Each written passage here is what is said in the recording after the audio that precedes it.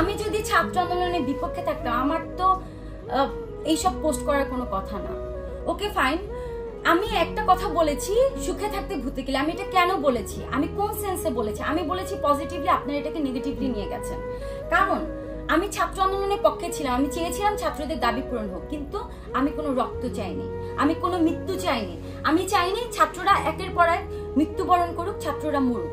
আমি যখন দেখলাম ছাত্র আন্দোলনের মধ্যে ছিল না, ছাত্ররা একের পর এক তাদেরকে গুলি করে মারতেছে, একের পর এক ছাত্রদের মৃত্যু হচ্ছে, তখন আমার কাছে খারাপ লেগেছে। আমার কাছে মনে হয়েছিল এই ছাত্র আন্দোলনের নামে ছাত্রদের উপর নির্মম নির্যাতন করা হচ্ছে।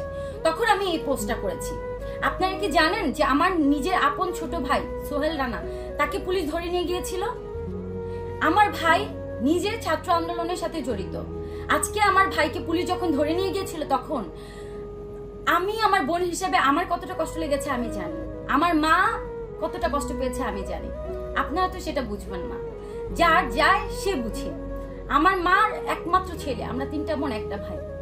আমার একটা ভাইকে যখন এই ছাত্র আন্দোলনের সময় পুলিশ ধরে নিয়ে গেছিল, আমি এর পা ধরেছি, ওর পা ধরেছি, হাতে পায়ে ধরে হারুন ভাইকে পর্যন্ত ফোন করেছি, কেউই আমাকে কোনো রকম কোনো সহযোগিতা করে নাই।